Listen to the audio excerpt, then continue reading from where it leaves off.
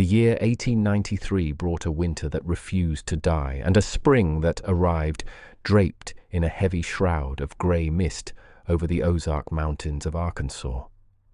In the deepest creases of the earth, where the limestone cliffs leaned inward as if whispering secrets to the soil, lay Deadfall Hollow. It was a place of jagged shadows and ancient oaks, where the sun seemed to lose its strength before it could ever touch the forest floor. To the folks who lived on the surrounding ridges, the hollow was more than just a geographical feature. It was a boundary between the world of the living and a realm governed by older, darker rules. They spoke of the hollow in hushed tones over wood smoke and weak coffee, their eyes darting toward the tree line whenever the wind howled with a bit too much intent. At the center of these whispers was the legend of Elara. She's the woman of darkness. They said she had lived in the hollow since before the counties were drawn on a map, a recluse who commanded the crows and wove the fog into snares for the unwary. To the superstitious mountain folk, every failed crop, every lame horse, and every sudden chill was a gift from Elara, a curse cast from the safety of her hidden cabin. Thomas Miller did not have much time for ghost stories or mountain hags. He was a man of the earth, his hands calloused and stained by the red clay of his farm. To Thomas, the world was measured in bushels of corn and the health of his livestock.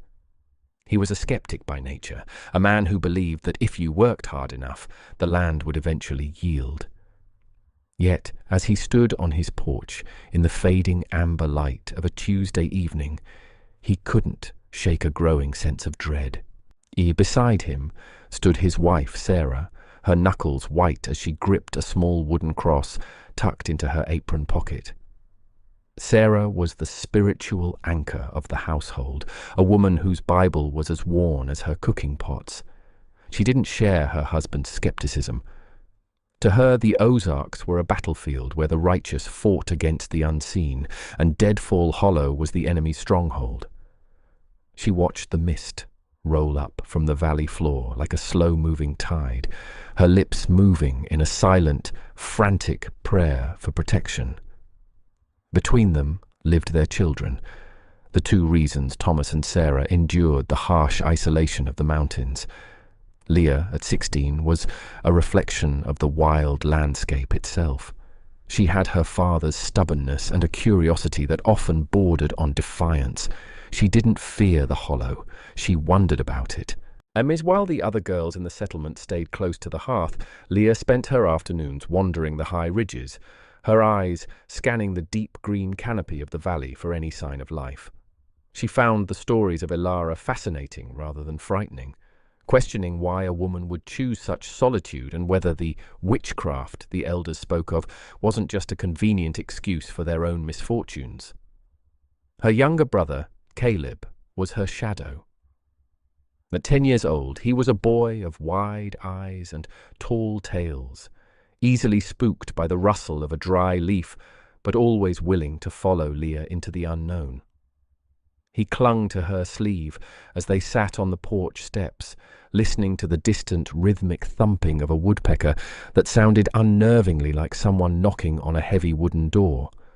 The peace of the Miller farm began to erode as a strange blight took hold of the valley. It started with the corn. The stalks, which should have been vibrant and green, began to blacken at the roots, the rot climbing upward like a slow-moving fire. Within a week the air was thick with the smell of fermentation and decay. Then the livestock began to suffer. Thomas found his best milk cow stumbling in the pasture, her eyes clouded with a milky film and her breath coming in ragged, wet gasps. The community was in an uproar. At the small, weathered church house that served as the center of their social world, Pastor Silas stoked the fires of their anxiety. He was a man of iron-grey hair and a voice like a landslide, convinced that the town's recent struggles were a divine punishment for allowing the darkness to fester in their midst.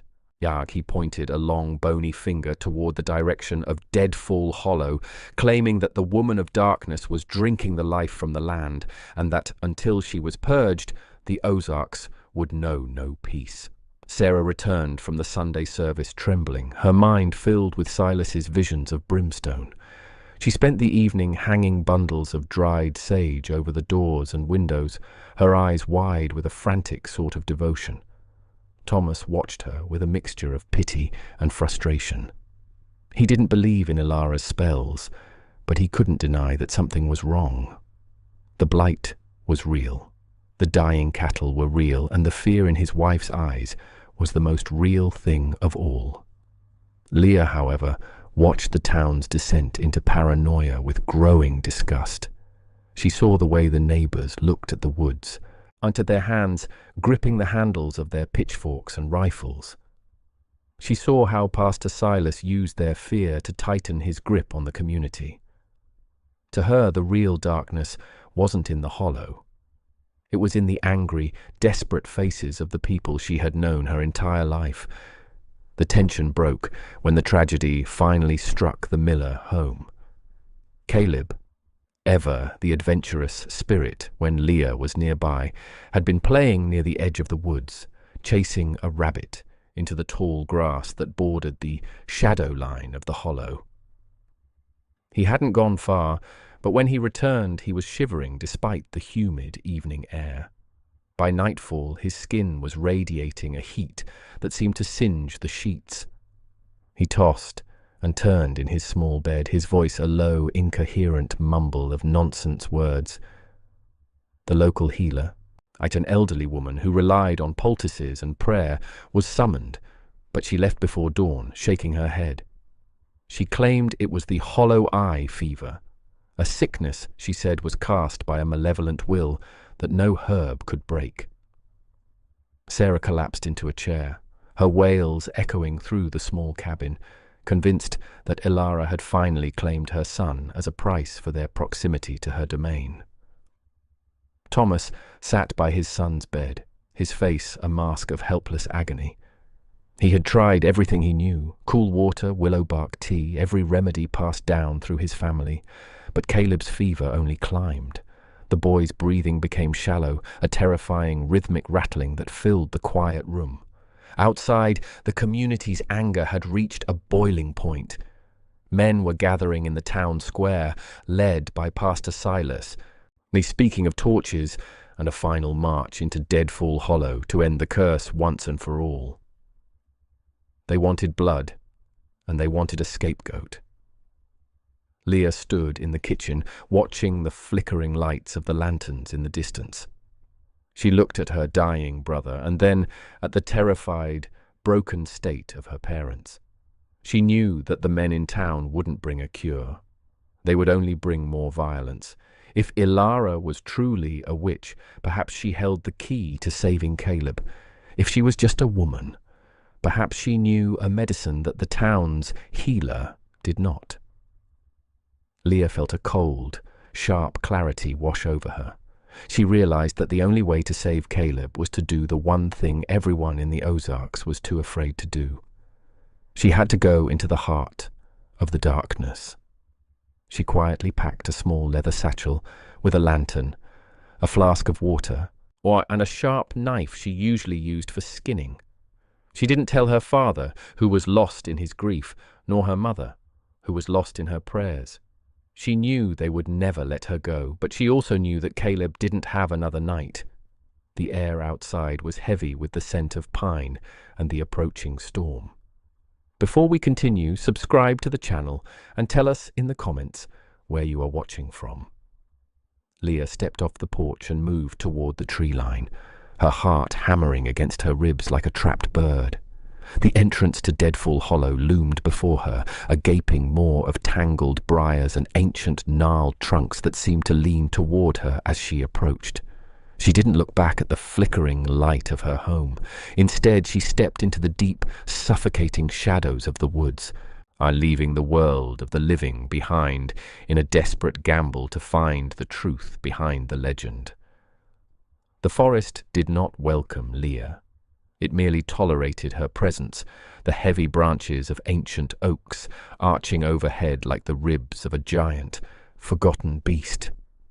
As she pressed deeper into the throat of Deadfall Hollow, the familiar sounds of the upper ridges, the cheerful trill of songbirds and the rustle of squirrels in the brush faded into an oppressive, velvet silence.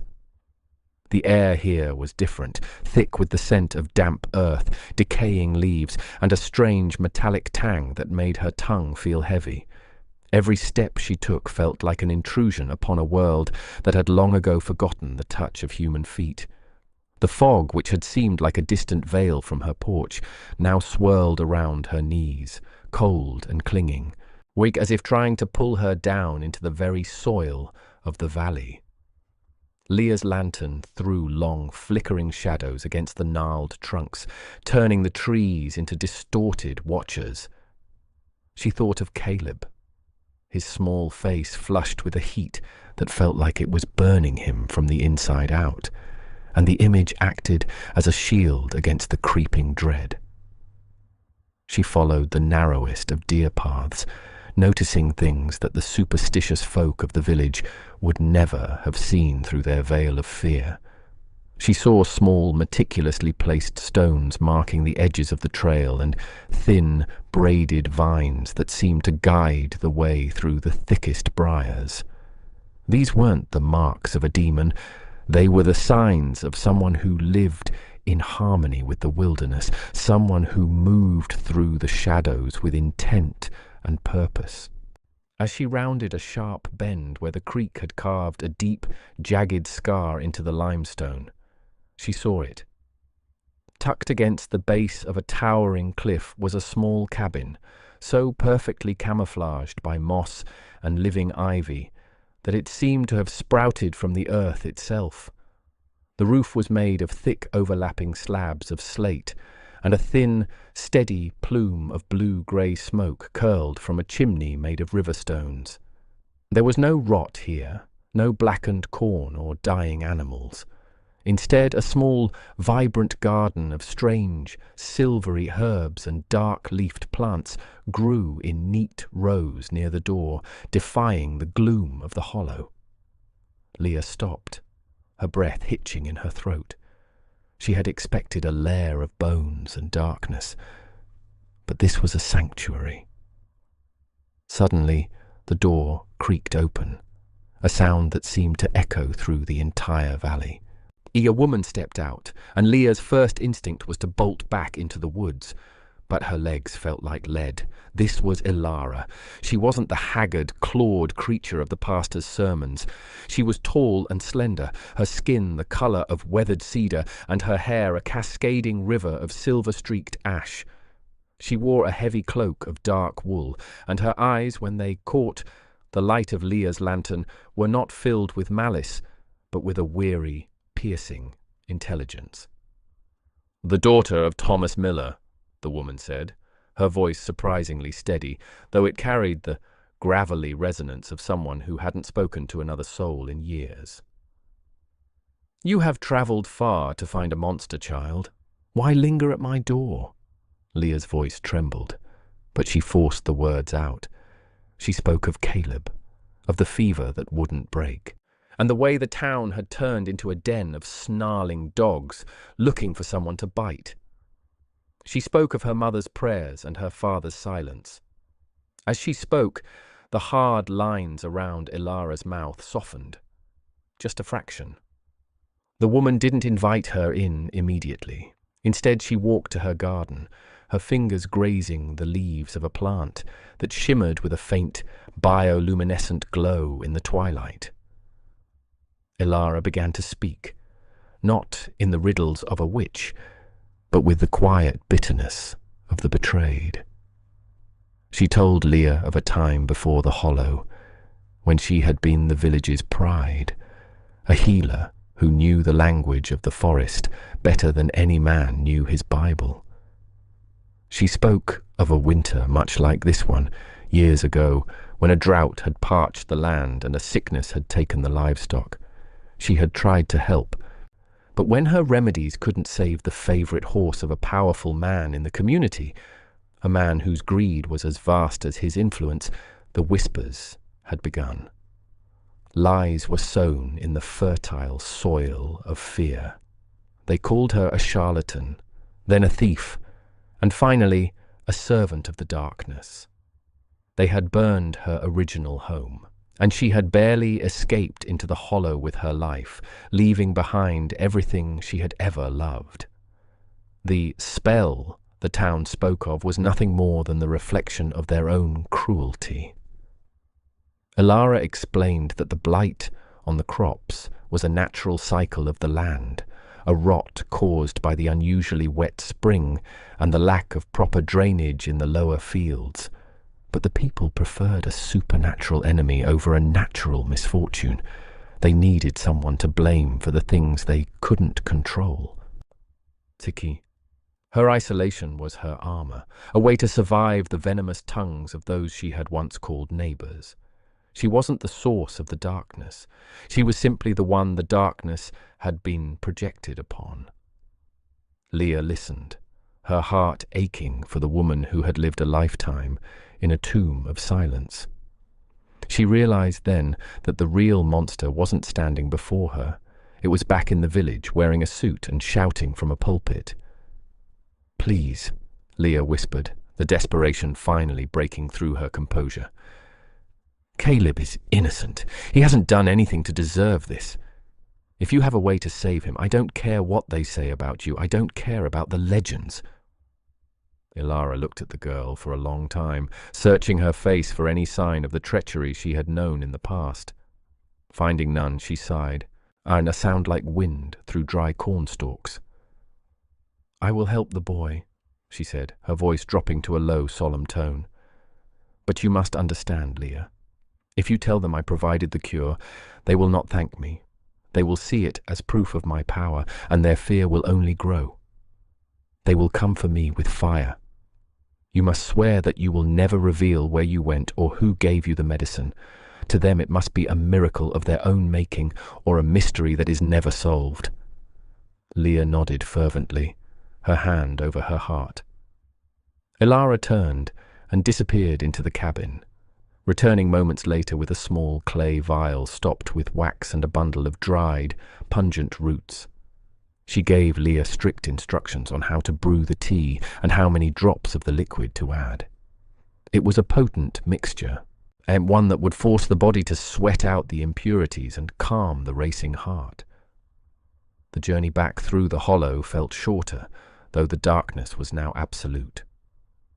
Leah moved with the urgency of a flickering flame in a gale. She bypassed the main trails, slipping through the shadows like a ghost, her mind focused entirely on the small vial tucked into her bodice. When she reached the edge of the Miller farm, she saw the lights of lanterns dancing in the distance. The men were gathering, their voices a low, angry hum that drifted on the wind.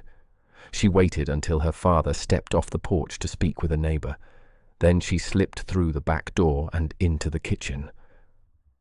Her mother was slumped in a chair by Caleb's bed, her eyes closed in a fitful, exhausted sleep. Leah moved with silent precision. She boiled the water. She steeped the roots and added the clear, bitter liquid from the vial.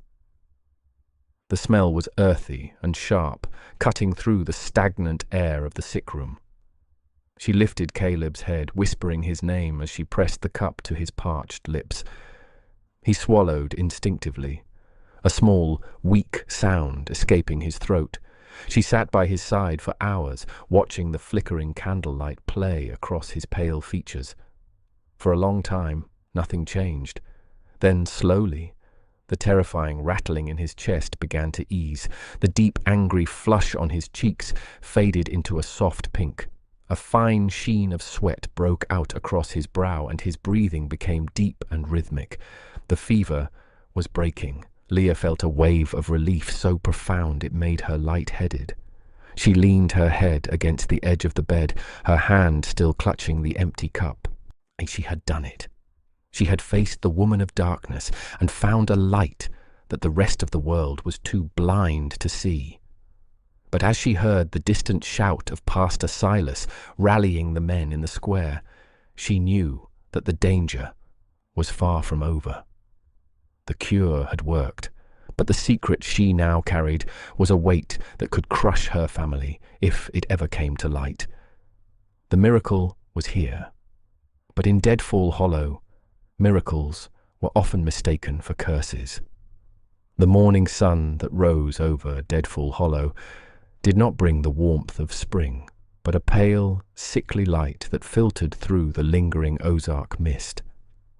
Inside the Miller farmhouse, the heavy, suffocating silence of the previous week was finally broken by a sound that felt like music to Sarah Miller's ears, the soft, rhythmic breathing of a child in deep, restorative sleep. Caleb's fever had not just broken. It had vanished as if a dark hand had been lifted from his chest. By the time the first rays of light touched the floorboards, the boy had opened his eyes, his gaze clear and focused for the first time in days. He asked for a drink of water, his voice small but steady, and in that moment the shadow that had been looming over the family seemed to retreat. Leah stood in the corner of the room, her back pressed against the rough-hewn timber of the wall, watching her mother weep with joy. Sarah fell to her knees by the bedside, her hands clasped in a white-knuckled grip as she poured out a torrent of gratitude to the heavens. She credited every saint, every prayer, and every ounce of her faith for this sudden deliverance. Leah felt the weight of the clay vial, now empty and hidden, deep within the folds of her apron, pressing against her hip like a brand of Cain. Every time her mother mentioned a miracle, Leah felt a sharp, stinging pang of guilt. She wanted to scream the truth, to tell her mother that it wasn't a phantom in the sky that had saved Caleb, but a woman with silver-streaked hair and calloused hands who lived in a cabin camouflaged by the very forest they all feared. But she remembered Elara's warning, the warning that truth in the hands of the fearful was a weapon, not a gift. By midday, news of Caleb's recovery had rippled through the valley like a stone dropped into a still pond. The neighbors began to arrive, not with the somber faces of mourners, but with an eerie, frantic energy. They brought bread and jars of preserved peaches, but their eyes were searching, hungry for a sign of the supernatural. Among them was Pastor Silas, his black coat standing out like a charcoal smudge against the vibrant green of the budding trees. He didn't come with the gentleness of a shepherd, but with the pride of a victor.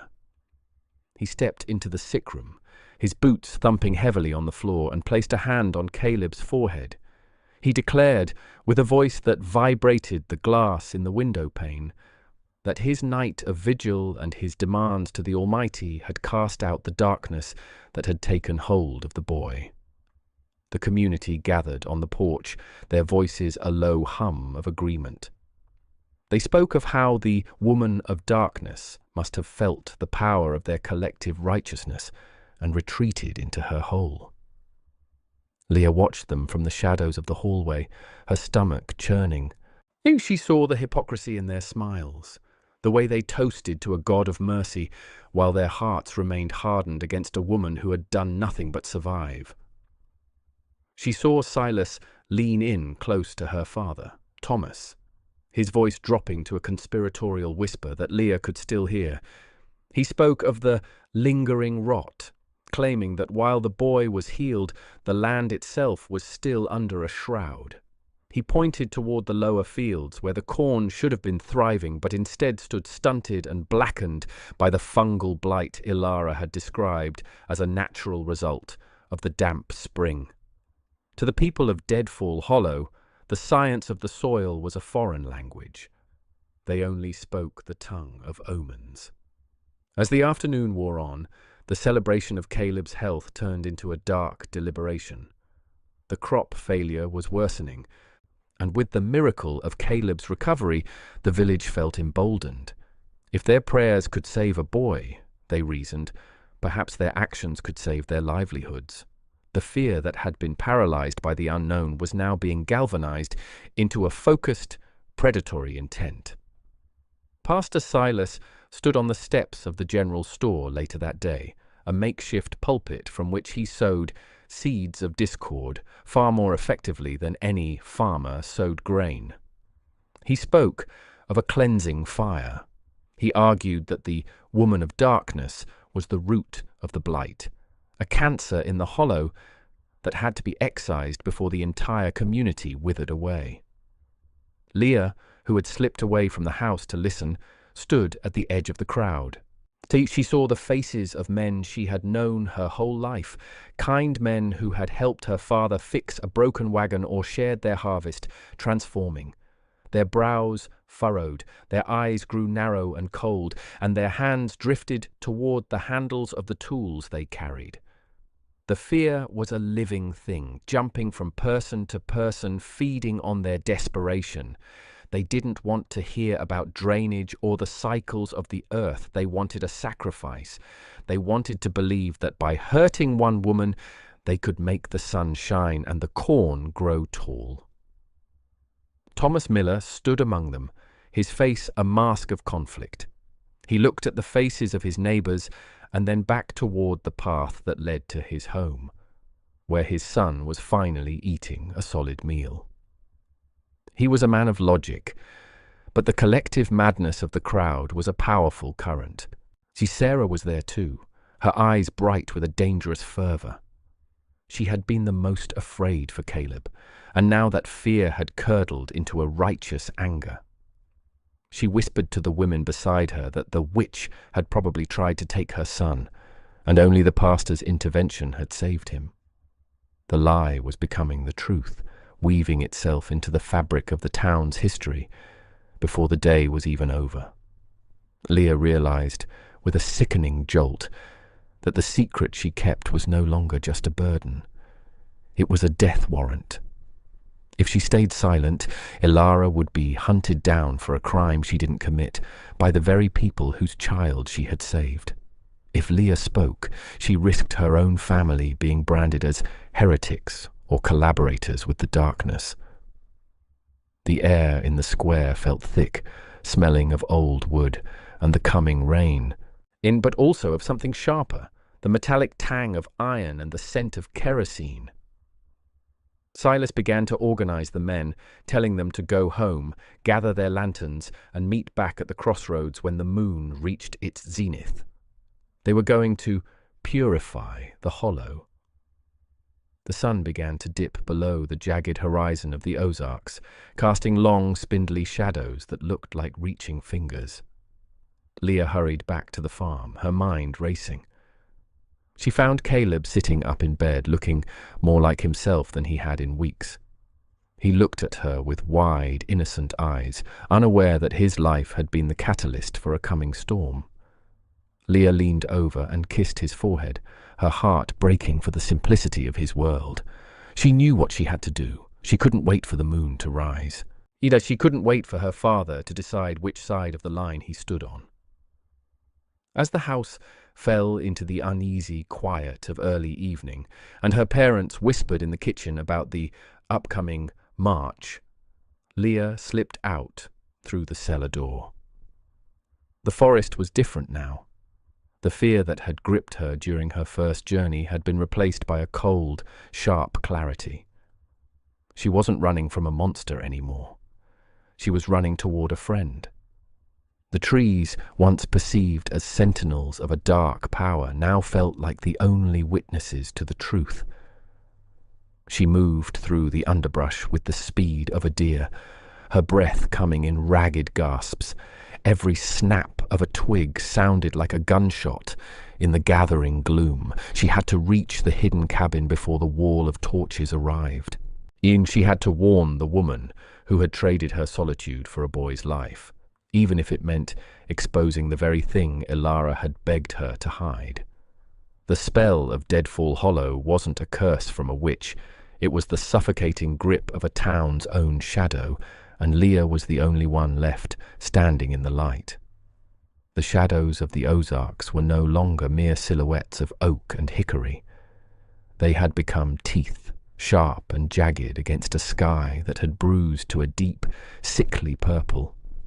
Leah ran, her lungs burning with the sharp, metallic tang of the night air, her heart a frantic drumbeat against her ribs. Every root that snaked across the path seemed intent on binding her ankles, every low-hanging branch a hand reaching out to pull her back toward the safety and the lies of the Miller farm. Behind her, the world she had known for 16 years was dissolving into a fever dream of righteous anger and flickering torchlight.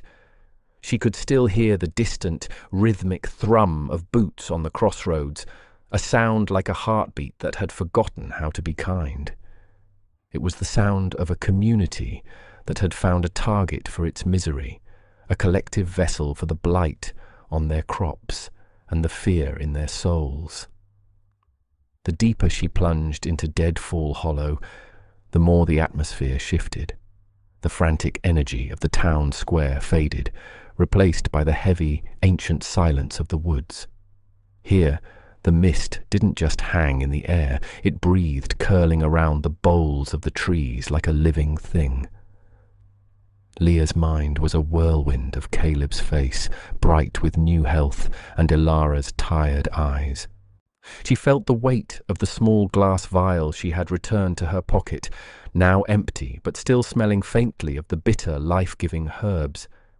It was a physical weight, a reminder that the truth was a tangible thing, even if it was currently buried under layers of superstition and Silas's thunderous rhetoric. She knew she was moving faster than the men. They were slowed by their numbers, their heavy tools, and the performative weight of their supposed holy mission. They marched with the arrogance of those who believe they have God as their vanguard, but Leah moved with the desperate agility of the hunted. As she reached the perimeter of Elara's hidden sanctuary, the camouflaged cabin seemed to emerge from the earth itself.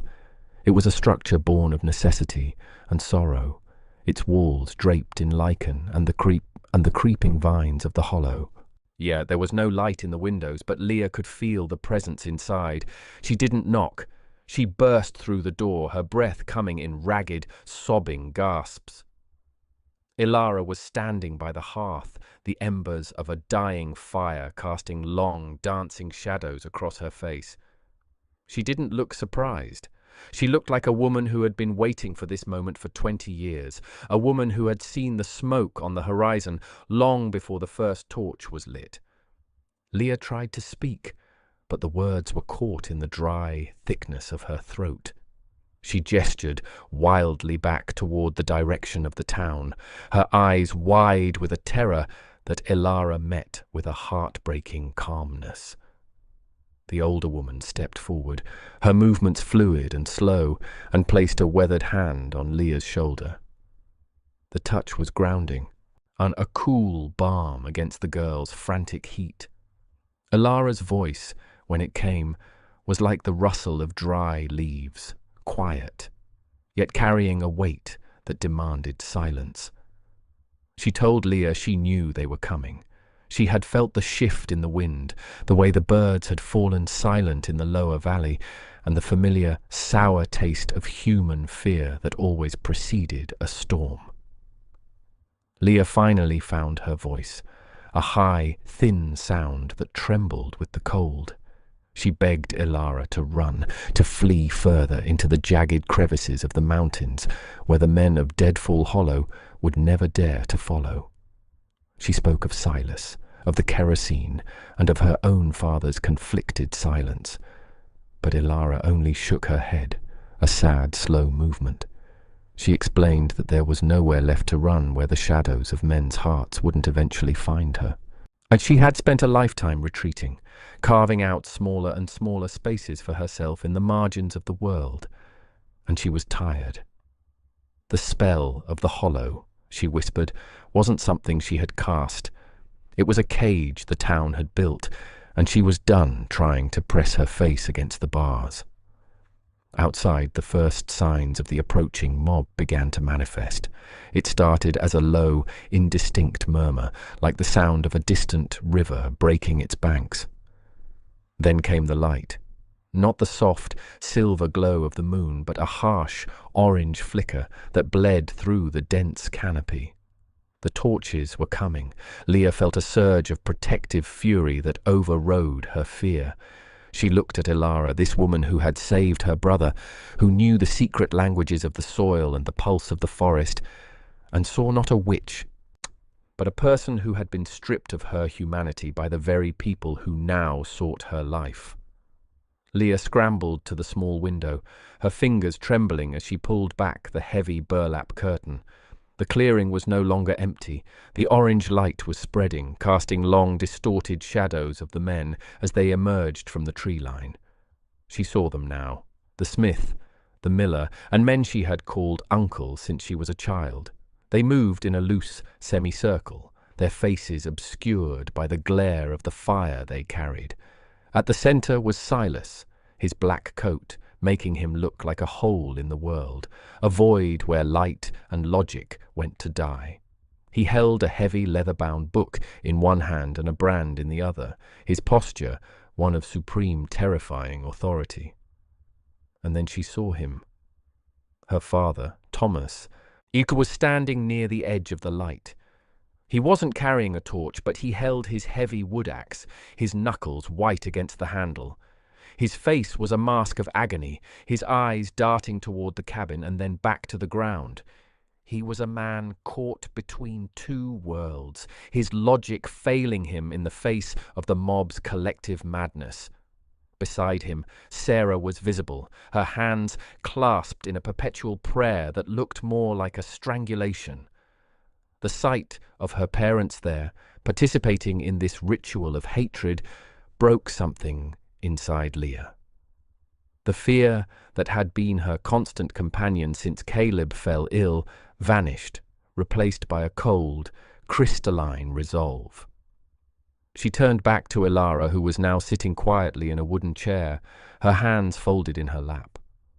The older woman looked like a queen in exile, in watching the barbarians at the gate. Leah realized that if she stayed inside, they would both burn. The kerosene would be tossed, the match would be struck, and the truth would go up in a pillar of smoke that the town would call a cleansing. The only way to stop the fire was to face it. Leah reached for the heavy iron latch of the door, her heart steadying. She wasn't just Elara's messenger anymore.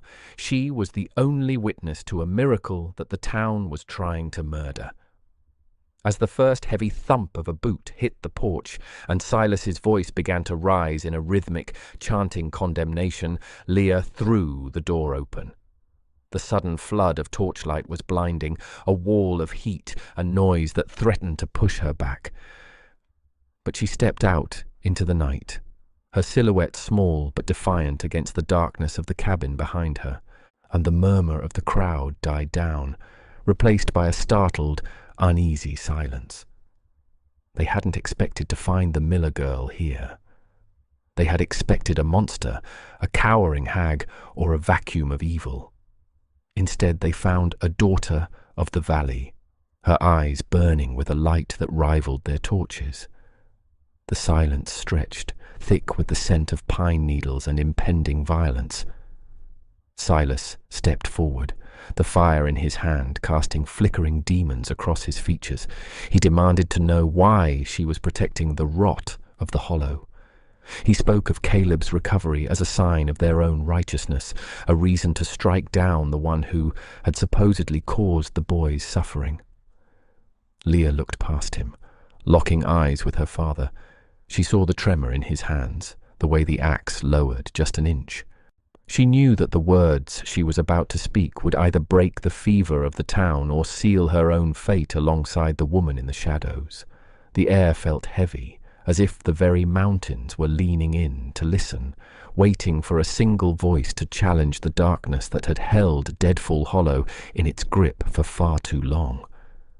Leah drew a deep breath, the scent of the healing herb still clinging to her clothes, and prepared to shatter the lie. The mob shifted, the men murmuring among themselves, their faces a tapestry of confusion and simmering aggression. They were a beast with many heads, and Silas was the brain, pushing them forward with the momentum of his own ego. The torches hissed in the damp air, the only sound in a world that seemed to have forgotten how to breathe. Leah stood her ground, her shadow stretching long and thin across the dirt, reaching toward her father as if to pull him back from the edge of an abyss. The confrontation had finally begun, and the deep, dark heart of the Ozarks watched in silence, waiting to see if the light of a single truth could withstand the heat of 1,000 grievances.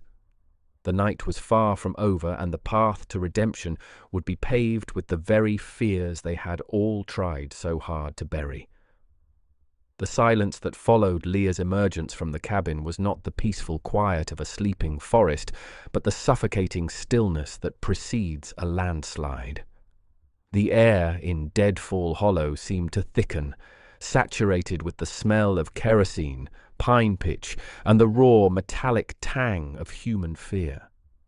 The torches held by the men flickered and spat, casting long, distorted shadows that danced like frantic ghosts against the weathered timber of Elara's home. Leah stood on the threshold, her small frame silhouetted against the soft, amber glow of the hearth behind her. She looked out at the sea of faces she had known since birth, faces that were now twisted into masks of righteous fury and superstitious dread. At the center of it all stood Silas, his black coat absorbing the light, his eyes burning with a zealotry that left no room for the complexities of mercy or truth. Silas broke the silence first, his voice a low, rhythmic growl that carried the weight of a death sentence. He demanded to know why a daughter of the valley was standing guard over the very source of their misfortune. He spoke of the blight on the corn, the stillborn calves in the lower pastures, even the unnatural fog that had clung to the hollow for weeks. To Silas, and to the men who followed him, these were not the whims of nature or the results of a harsh mountain winter. They were the intentional strikes of a woman who had bartered her soul for the power to wither the world around her. He accused Leah of being under a spell, her young mind clouded by the whispers of the woman who lived in the shadows. He told the crowd that the girl was a victim, a lamb led astray, and that they must move her aside to reach the rot that sat festering within the cabin walls. Leah did not move. Her hands, though trembling slightly at her sides, remained open, not balled into fists of aggression, but held in a gesture of desperate honesty. She looked past Silas, her eyes searching for her father among the throng of armed men. When she found him, standing near the edge of the torchlight with his heavy wood axe gripped in white-knuckled hands, she felt a pang of grief that nearly knocked the wind from her. Thomas Miller looked older than he had that morning. The lines around his eyes were deep trenches of exhaustion and doubt. He wasn't shouting like the others, nor was he looking at the cabin with the same hungry malice. He was looking at his daughter as if she were a ghost, a remnant of a world that no longer made sense. Leah's voice, when she finally spoke, was surprisingly steady, carrying a clarity that seemed to pierce through the heavy atmosphere. She did not scream or beg. Instead, she began to tell them about Caleb. She spoke of the night his breath had turned to a wet, rattling struggle, and how his skin had burned with a fire that no cool cloth could quench. She described the way the town's own healers had turned their backs, whispering of curses and divine judgment while her brother slipped further into the grey world between life and death. She looked at the miller and the smith, men who had children of their own, and asked them if they would have sat by and watched their sons turn to ash in their beds. She told them how she had carried the weight of her brother's life into the deepest part of the hollow, seeking the only person who hadn't been blinded by fear. As she spoke, Leah reached into the pocket of her apron and pulled out a small empty glass vial. It was stained with the residue of a dark herbal tincture, the medicine Elara had brewed from roots and leaves that grew in the hidden crevices of the mountains. The torchlight caught the glass, making it shimmer like a fallen star. She told them that this was the magic they feared. It wasn't a curse or a hex. It was the knowledge of the earth, the understanding of how a certain root could break a fever and how a specific leaf could soothe a laboring lung. She explained that while they were praying for the death of a woman they didn't know, that very woman was standing over a boiling pot, praying for the life of a boy who was not her own. Silas let out a harsh, barking laugh that cut through Leah's testimony like a rusted blade. He turned to the men, his arms outstretched as if to gather their waning resolve. He told them that the devil was a master of masks, and that the greatest trick of the wicked was to clothe themselves in the guise of the healer. He reminded them that the scriptures spoke of wolves in sheep's clothing and argued that the recovery of Caleb was not a miracle of medicine, but a pact made in the dark. He suggested that Elara had caused the illness herself only to cure it as a way to ensnare the hearts of the innocent. His words were like sparks on dry tinder, and the murmur of the crowd began to rise again, a low, ominous thrum of collective agitation. Leah felt the shift in the air, the way the doubt she had sown was being systematically uprooted by Silas's rhetoric. She looked at her mother, Sarah, who was standing a few paces behind Thomas. Sarah's face was wet with tears, her lips moving in a silent, frantic prayer. She was a woman who had spent her life believing that the world was a battlefield between light and shadow, and Silas was her general. Yet, when she looked at Leah, there was a flicker of maternal recognition that transcended her theology. She saw her daughter's courage, and, for a fleeting moment, the terror of the woman of darkness seemed to pale in comparison to the reality of the girl standing on the porch. Thomas Miller took a step forward, his heavy boots crunching on the frost-covered ground. The movement was slow, deliberate, and it caused the men around him to pause. He didn't raise his axe. He held it at his side, the iron head resting against his thigh. He looked at the vial in Leah's hand, and then up at her face. He remembered the smell of that tincture, the sharp, medicinal scent that had filled Caleb's room just before the boy's eyes had finally opened. He remembered the way the fever had broken like a summer storm, leaving Caleb weak, but alive. He was a man of the soil, a man who understood cause and effect, and the logic of Silas's accusations was beginning to fracture against the hard stone of his own experience. Silas noticed the hesitation in his most respected congregant and intensified his assault.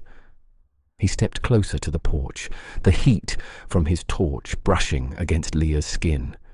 He demanded she move aside in the name of the Lord and the safety of the valley. He claimed that every moment they spent dallying was a moment the darkness was allowed to spread its roots deeper into their community. The men behind him, emboldened by his proximity to the target, began to edge closer, their torches raised like spears. The circle was closing in, and the small space of the clearing felt as though it was shrinking, the trees themselves leaning in to witness the coming violence. Leah didn't flinch. She felt a presence behind her, a shadow, moving within the cabin. Elara had risen from her chair and was standing just inside the doorway, her hand resting on the frame. She didn't come out into the light. She remained in the threshold, a silent sentinel of the history that the town had tried so hard to bury. Leah could feel the older woman's gaze on her back, a gaze that was neither demanding nor fearful, but one of profound, weary acceptance. It was the look of someone who had seen this fire many times before and knew that some things could not be reasoned with. But Leah was not ready to accept the inevitable. She turned her focus entirely on her father, ignoring Silas's shouting and the growing roar of the mob. She called out his name, her voice breaking through the cacophony with the force of a physical blow. She reminded him of the time he had taught her how to graft a branch onto a dying tree, telling her that life didn't care about the shape of the wood, only the strength of the sap. She told him that Elara was that graft, the only thing keeping their family whole. She challenged him to look into his own heart and find the man who had raised her to seek the truth, even when it was hidden in the darkest hollows. The tension reached a breaking point. Silas, sensing that he was losing his grip on the narrative, lunged toward the porch stairs, his hand reaching out to grab Leah's arm and pull her away. At that same moment, Thomas Miller's axe shifted.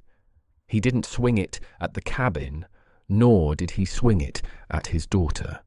He stepped into the light, placing himself between the mob and the porch, his back to Leah and his face toward the men he had called brothers. The movement was a silent, thunderous declaration that the cycle of fear had finally met a barrier it could not easily overcome. The orange light of the torches reflected in his eyes, no longer reflecting the madness of the crowd, but a cold, hard clarity that demanded a reckoning. The night was cold, the fire was hot, and the soul of Deadfall Hollow hung precariously in the balance. The silence that followed Thomas Miller's defiant stance was heavier than the winter snows that had plagued the Ozarks for months. It was a physical weight, pressing down on the shoulders of every man standing in that clearing. For a long moment, the only sound was the crackle of pine tar torches and the ragged, shallow breathing of the mob. Thomas did not move. He stood like a rooted oak, his shadow cast long and jagged across the frozen dirt, his axe held not with the fury of a warrior, but with the steady, grim resolve of a father who had already seen the worst the world could offer and found it wanting. Silas, his face a mask of righteous indignation, looked at the man he had considered his most faithful follower and saw a stranger. The authority he had spent years cultivating, built on a foundation of fear and shared superstition, began to vibrate with the first tremors of a structural collapse. Silas broke the silence first, his voice no longer a thunderous roar, but a sharp, biting hiss. He accused Thomas of being blinded by the very darkness they had come to excise. He spoke of the subtle ways the enemy worked, how it used the love of a parent to twist the soul until a man would defend the very thing that sought to destroy him. He pointed a trembling finger at the cabin, then at Leah, and finally at the glass vial in her hand, claiming that the liquid inside was brewed from the bile of the earth. But as he spoke, the men behind him did not surge forward. They looked at Thomas, a man they had labored beside in the fields, a man whose word was as good as gold, and they saw a clarity in his eyes that made their own convictions feel suddenly brittle. They were fathers too, and the image of their own children, pale and fading in a sickbed, flickered in the backs of their minds like dying embers. Leah saw the hesitation in the eyes of Elias, the blacksmith, by a man whose hands were calloused from a lifetime of honest work, and whose heart had been hardened by the loss of his own infant daughter 3 winters prior. She stepped forward, moving past her father's shoulder until she was at the very edge of the porch, the orange torchlight illuminating the fierce intelligence in her gaze. She didn't plead. She didn't beg for mercy. Instead, she spoke of the reality of the hollow. She described the way Elara's hands had trembled, not with malice, but with the weariness of a woman who had spent her life tending to things that others threw away. She told them about the garden, hidden behind the cabin, where the herbs grew not in service of a curse, but in defiance of the cold. She spoke of the logic of the earth, how a root could thin the blood to break a fever, and how a bark could soothe a racking cough. It was a practical, grounded truth that resonated with men who lived and died by the seasons. Behind the men, Sarah Miller stood paralyzed, her hands clutching her shawl so tightly her knuckles were white. She was a woman of deep, unshakable faith, but the God she knew was one of mercy as much as judgment. She looked at Silas, whose eyes were wide with a frantic, desperate need to maintain control, and then she looked at her daughter, who stood with the quiet dignity of someone who had looked into the abyss and found nothing to fear. Sarah remembered the nights she had spent weeping over Caleb's bed, her prayers feeling like stones dropped into a bottomless well. She remembered the silence of the room, at the smell of approaching death that no amount of incense or scripture had been able to wash away.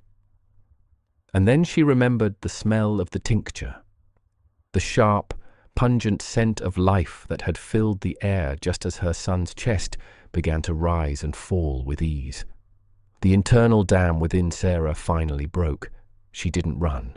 She walked with a slow, deliberate grace, moving through the crowd of armed men as if they were nothing more than shadows. They parted for her, some lowering their pitchforks in shame as she passed. When she reached Thomas, she didn't speak. She simply placed her hand on his arm, a gesture of solidarity that spoke louder than any sermon Silas could ever deliver.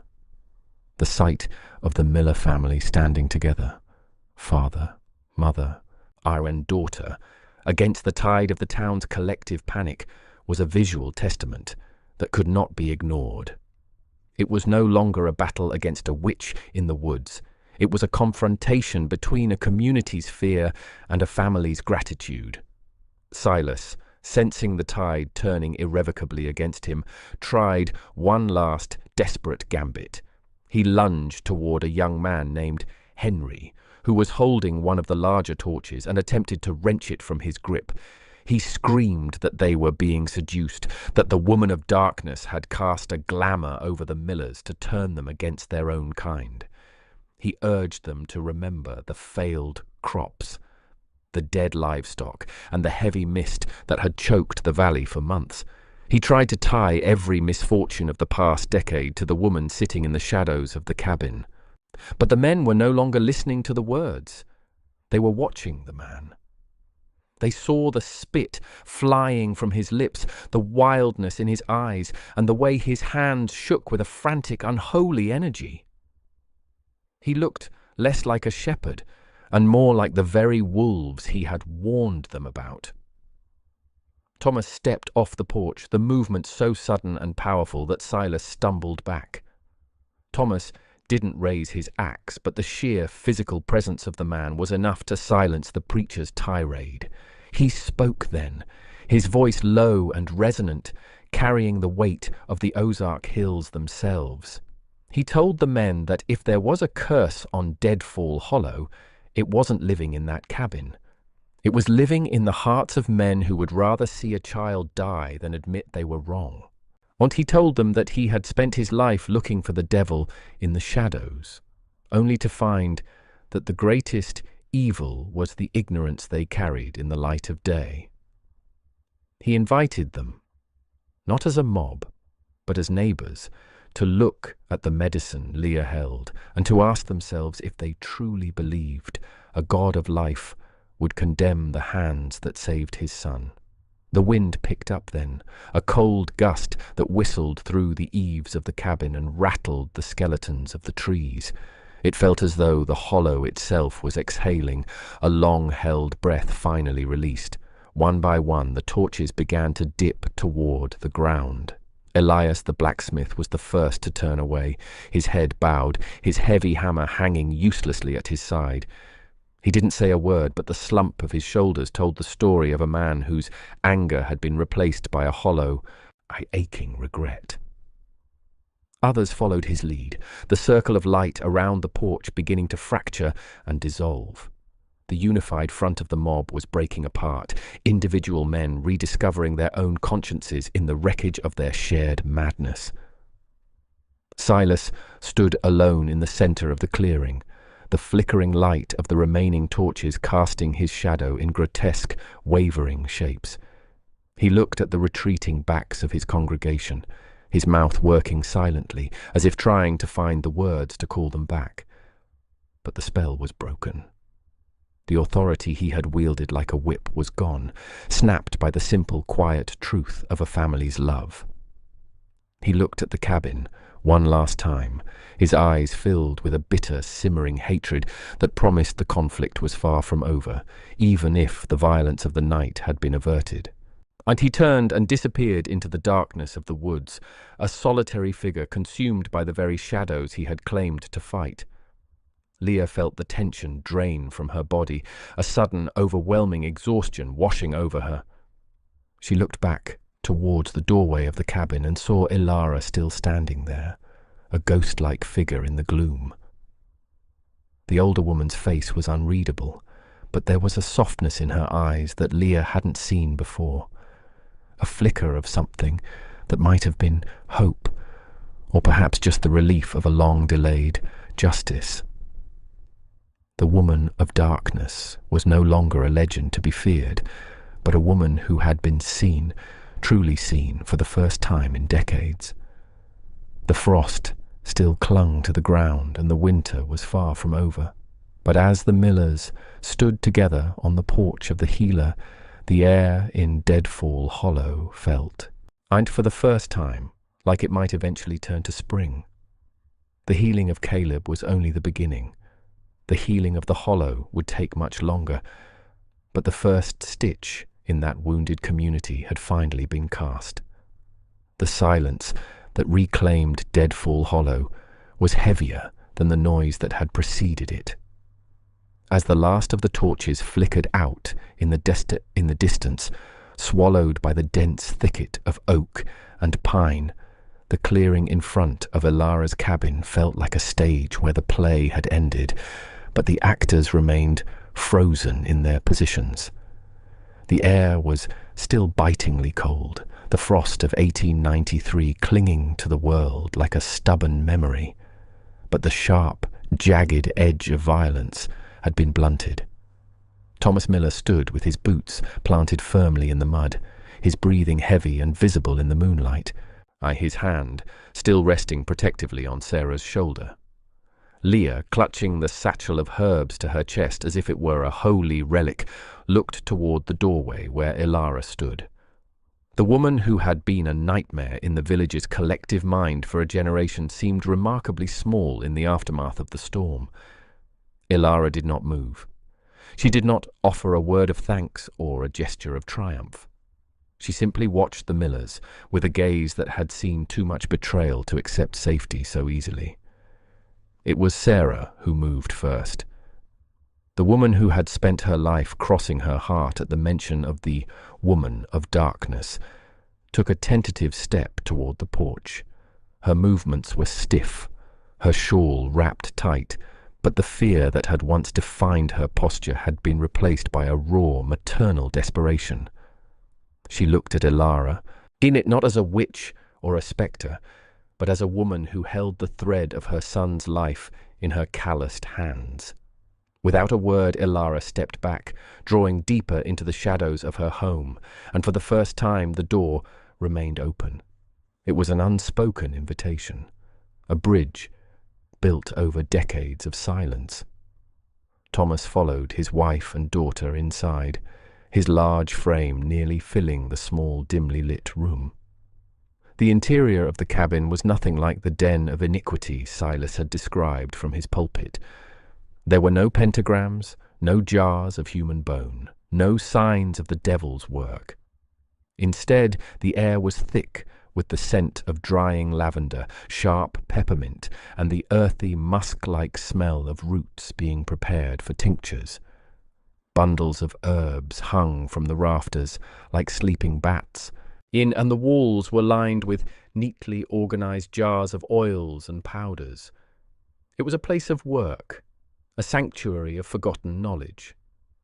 In the center of the room, on a rough-hewn table, lay the tools of Elara's trade. She moved among them with a practiced grace. Her hands, gnarled like the roots she harvested, moving with a precision that commanded respect. She gestured for Leah to place the satchel down, and then began to prepare a more potent concentration of the remedy Caleb needed. The millers watched in a state of reverent silence. For Thomas, the skeptic, the sight of the organized shelves and the methodical way Elara worked confirmed what his gut had told him. This was science of the earth, not sorcery of the pit. For Sarah, the shift was more profound. She saw the care Elara took, the way she whispered under her breath, not incantations, but perhaps words of encouragement to the medicine itself. Sarah realized that the evil they had feared was merely a different kind of devotion. When the new tincture was ready, Elara handed it to Leah. Her fingers brushed against the girl's hand, and for a fleeting second the two women, the one just beginning her life and the one who had survived it, shared a look of profound understanding. Elara's voice, when she finally spoke, was like the rustle of dry leaves. She told them that the fever would break before the sun reached its zenith, but only if the boy remained warm and the medicine was administered with every turning of the hourglass. She warned them that the village would not change overnight. Fear was a weed with deep roots, and Silas was a man who did not know how to lose. The journey back to the Miller farm was conducted in a daze. The woods, which had seemed so predatory only hours before, now felt indifferent, perhaps even protective. They reached the farmhouse as the first grey light of dawn began to bleed into the eastern sky. Caleb was still pale, his skin clammy and his breathing shallow, but the moment Leah administered the new dose, a change seemed to ripple through the room. The frantic, rattling sound in his chest eased. By the time the sun had fully cleared the horizon, a light perspiration broke across his forehead, the first sign that the fire inside him was finally being extinguished. While Caleb slept the deep, restorative sleep of the recovering, the world outside the Miller farm began to wake up to a new reality. The morning was quiet, but it was a fraught, uneasy silence. At the general store and the blacksmith's forge, the men who had carried torches the night before moved with a heavy, slouching gait. They avoided each other's eyes, the shame of their collective madness sitting in their stomachs like cold lead. The witch had not been burned, the sky had not fallen, and the Miller boy was by all accounts getting better. The narrative that Pastor Silas had carefully constructed over the years was fraying at the edges, and without his constant stoking of the fire, the fear was beginning to turn into a bitter, lingering embarrassment. However, Silas was not a man to go quietly into the night. He had not returned to his small house near the church. Instead, he had retreated into the sanctuary of the chapel itself, locking the heavy oak doors from the inside. And those who passed by reported hearing the sound of his voice rising in a feverish, solitary litany, a man arguing with a God he felt had abandoned him in his hour of need. He saw himself not as a defeated man, but as a martyr for a community that had been seduced by the very darkness he had tried to keep at bay. To Silas, the miller's betrayal was the ultimate proof of Elara's power. She hadn't just healed a child, she had stolen the souls of the valley's most righteous family. As the days passed, Leah found herself unable to stay away from Deadfall Hollow. Her parents, though still wary of the social consequences, did not stop her. They owed Elara a debt that could never be repaid in coin, and they saw the change in their daughter. Leah was no longer just an adventurous girl. She had found a calling. She began to visit the cabin every afternoon, bringing with her small gifts of flour, sugar, or fresh eggs, things Elara had gone without for years. In return, the older woman began to teach. The lessons were not about spells, but about the language of the forest. Elara showed Leah how to identify the difference between the hemlock that kills and the Queen Anne's lace that heals. She taught her how to read the clouds to predict a coming frost, and how to listen to the birds to know when a predator was near. It was a slow, cautious apprenticeship. Elara was a woman who had been wounded by the world, and she offered her knowledge in small, guarded portions, but the bond between them grew with every passing sunset. The village, meanwhile, remained in a state of suspended animation. Seeing the crop failures continued, nature did not care about the drama of men, but the talk of curses had diminished. Instead, people began to speak of the soil, of the late frost, and of the need for better irrigation. The supernatural had been stripped away, leaving behind the hard, cold reality of life in the Ozarks. Yet the shadow of Silas still loomed. He had emerged from his seclusion, his face gaunt and his eyes burning with an even brighter, more dangerous light. He no longer shouted from the pulpit. He whispered in the corners of the streets, sowing seeds of doubt among the few who were still bitter about their lost pride. He was waiting for a sign, for one more tragedy he could use to reclaim his flock and finish what he had started at the cabin. The peace in Deadfall Hollow was a fragile thing, a thin sheet of ice over a dark, undeep well, and everyone knew that winter was not over yet. The recovery of Caleb Miller was not the quiet, private miracle the family had hoped for, but a spark dropped into a field of dry, winter-scorched grass. As the boy's strength returned, his cheeks flushing with the first healthy colour they had seen in months, the divide within the community of Deadfall Hollow grew into a jagged chasm. Thomas Miller watched his son walk across the porch and saw a gift of life. The neighbours, watching from the muddy road, saw a transgression of the natural order. In the general store, the air grew cold whenever Sarah Miller entered to buy salt or grain. The whispers followed her, like the hum of angry hornets, buzzing with the name of the woman in the woods and the dark price the Millers must have paid for their son's breath. Pastor Silas, his spirit fermented by isolation and a perceived betrayal by his flock, moved through the shadows of the valley like a vengeful spectre. He no longer needed the pulpit of the church to spread his message. He found his congregation in the barns and the kitchens of those who felt the weight of the failing crops most heavily. He told them that the witch of the hollow had not merely healed a child, but had planted a seed of darkness in the very heart of their community. He claimed that as long as Elara drew breath in her hidden cabin, the heavens would remain brass and the earth would remain iron.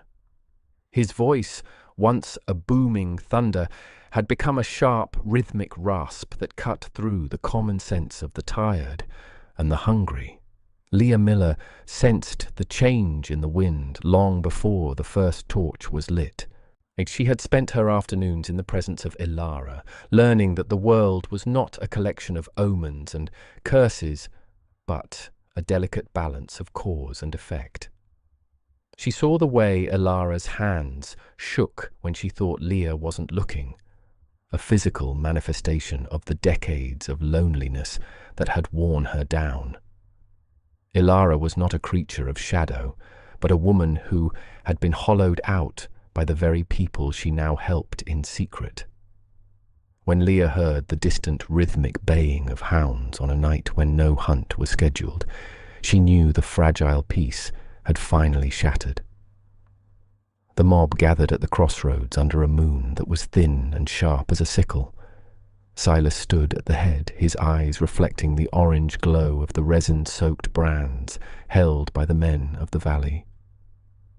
These were men Thomas had traded with for years.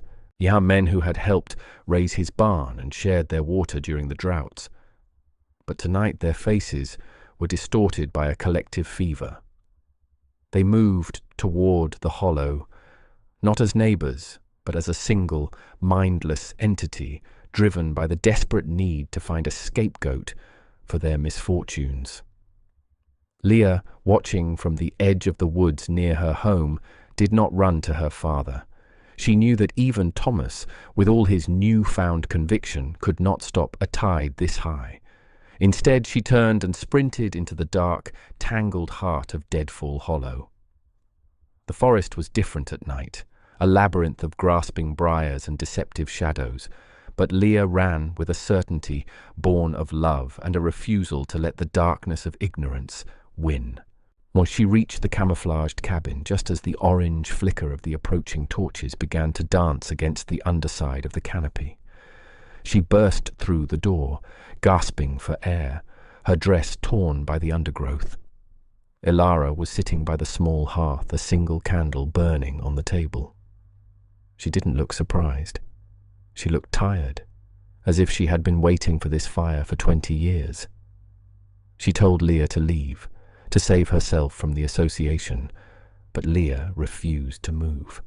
She grabbed the satchels of dried herbs, the jars of tinctures, and the heavy iron pot, piling them on the table as if they could serve as a rampart. When the mob arrived, the silence of the hollow was murdered by the sound of shouting and the crackle of fire. The men surrounded the cabin, their torches creating a ring of artificial day against the ancient oaks. Silas stepped forward, his shadow stretching long and jagged across the clearing. He called out for the abomination to show itself, his voice cracking with a religious ecstasy that bordered on madness. The cabin door creaked open, but it wasn't the withered figure of Elara who stepped out first. It was Leah Miller. She stood on the small porch, her chin tilted high, her hands empty and open. Behind her, Thomas and Sarah Miller emerged from the tree line, having followed the mob in a desperate attempt to protect their daughter. The sight of the Millers standing in defense of the cabin caused the front line of the mob to waver. Thomas stepped to his daughter's side, his heavy shoulders squared, his gaze fixed on Silas. He didn't speak of spirits or spells. He spoke of his son. He told the men how Caleb had been dying, how their prayers had been met with silence, and how this woman, this neighbor they had cast out, had given him his life back, with nothing more than the plants of the earth and the skill of her hands. Leah's voice then rose above the murmur of the crowd, clear and resonant as a bell in the mountain air. She didn't plead. She accused. She told them of the years Elara had lived in the cold, of the way she had watched over them from the shadows, and of the betrayal that had sent her here in the first place. She picked up a bundle of lavender and held it toward the torches. She told them that if they burned this house, they weren't burning a witch. They were burning the only mercy the Hollow had ever known. She challenged Silas to show them a miracle of his own, to show them anything other than the hatred he had cultivated in the soil of their fear. The tension in the clearing was a physical weight, a wire stretched to the point of snapping. One of the younger men, a farmer who had lost his firstborn to the same fever that had gripped Caleb, looked at the bundle of herbs in Leah's hand and then at the frantic, sweating face of the pastor. He saw the difference between a healer's quiet work and a zealot's loud destruction. He lowered his torch, the flame sputtering in the damp grass. One by one, the other men followed suit. The fire didn't go out all at once, but the heat of the anger began to dissipate, leaving behind only the cold, grey ash of shame. Silas tried to rally them, his screams turning into a high-pitched wail of blasphemy. But the spell was broken. The men began to turn away, into avoiding each other's eyes, the reality of what they had almost done settling into their bones like a winter chill. Silas was left standing alone in the center of the clearing, a small, hollow man shouting at a forest that no longer feared him. He eventually slunk away into the darkness, leaving the valley weeks later, a forgotten footnote in a history that was already beginning to rewrite itself. In the years that followed, the legend of the Woman of Darkness changed. The name Elara was no longer used as a curse to frighten children into obedience, but as a title of respect. The cabin in the hollow remained, but the path leading to it was no longer overgrown with briars. It was a well-trodden trail, used by those seeking relief from aches, fevers, and the many ailments of a hard life in the Ozarks. Elara never moved back into the village, preferring the company of the trees and the quiet of her garden, but she was never alone again. Leah became her shadow, and eventually her successor, ensuring that the knowledge of the earth would not be lost to the fires of superstition. The spell that no one dared to break was never a curse from a witch, but the spell of prejudice that had held Deadfall Hollow in its grip for generations. When it finally broke, it didn't happen with a flash of magic, but with the simple, courageous act of a girl standing in the light. The Ozarks remained a place of deep shadows and mist-covered peaks, but in the heart of Deadfall Hollow, the darkness was no longer something to be feared. It was merely the place where the most resilient things grew, protected by the memory of a night when the light of truth proved brighter than the fire of 1,000 torches. The story of the millers and the healer became a testament to the fact that the greatest mysteries are not found in the supernatural, but in the capacity for the human heart to change, to forgive, and to finally see the light in the deepest part of the hollow.